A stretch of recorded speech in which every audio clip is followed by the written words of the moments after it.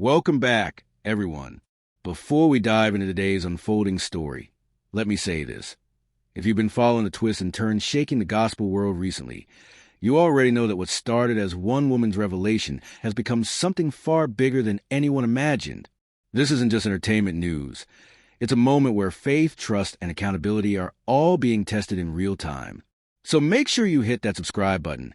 Share your thoughts in the comments and keep the conversation alive, because what we're about to unpack is not only dramatic but deeply revealing of what's happening behind the scenes in gospel music today.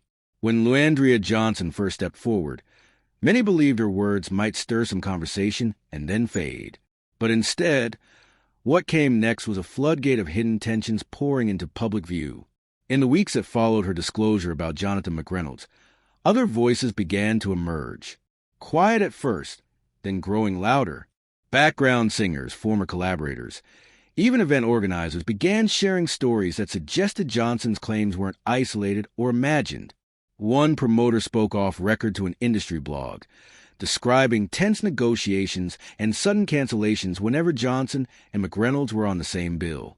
Another hinted that what fans saw on stage was carefully managed, often disguising deep fractures backstage. These accounts, though not always verified, added fuel to a fire that was already spreading uncontrollably. The controversy, instead of cooling, grew hotter. Jonathan McReynolds, who had tried to take the high road with measured responses, suddenly found himself facing scrutiny like never before. Every past interview was rewatched, every old lyric analyzed, every collaboration re-examined through a new lens. Even casual interactions on social media, tweets, likes, and comments, were dissected for hidden meaning. It was as though the public had turned into investigators, unwilling to accept the polished image without tearing it apart for contradictions. For an artist whose career thrived on credibility and authenticity, the shift was jarring. McReynolds had always leaned on his reputation for humility and honesty, but now those very traits were under siege, challenged by narratives that painted him in an entirely different light. Meanwhile, Andria Johnson herself found that her decision to speak came with both praise and backlash.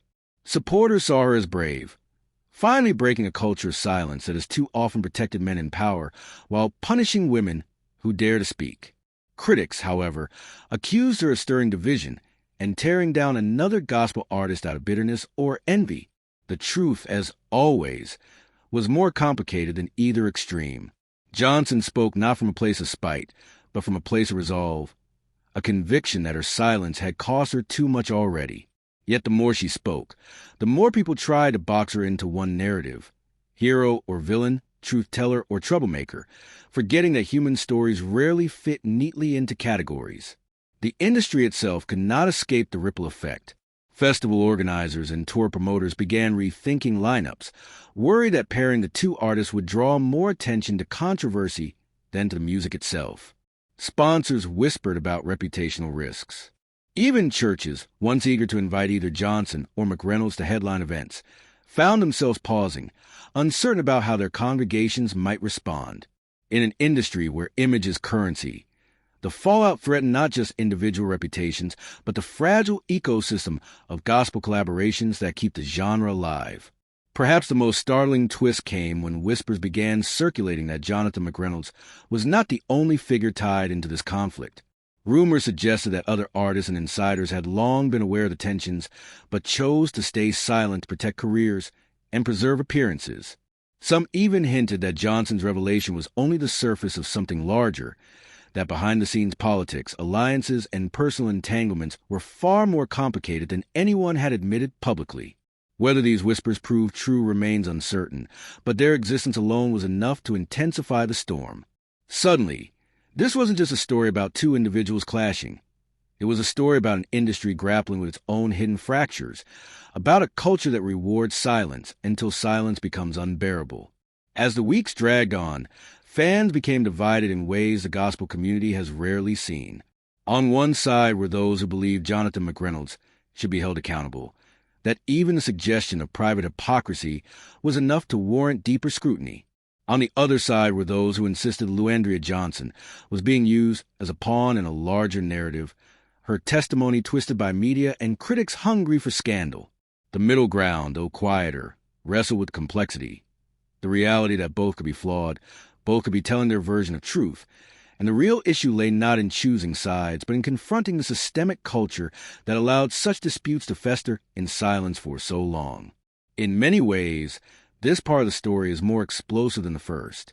The initial revelation was shocking, yes, but what followed exposed a deeper sickness, a culture of covering up, of silencing uncomfortable voices, of pretending unity while fractures widened beneath the surface. Johnson's voice was simply the spark that revealed the cracks already there, cracks that have been spreading quietly under the weight of expectations, industry politics, and the demand for polished perfection. What happens next is uncertain.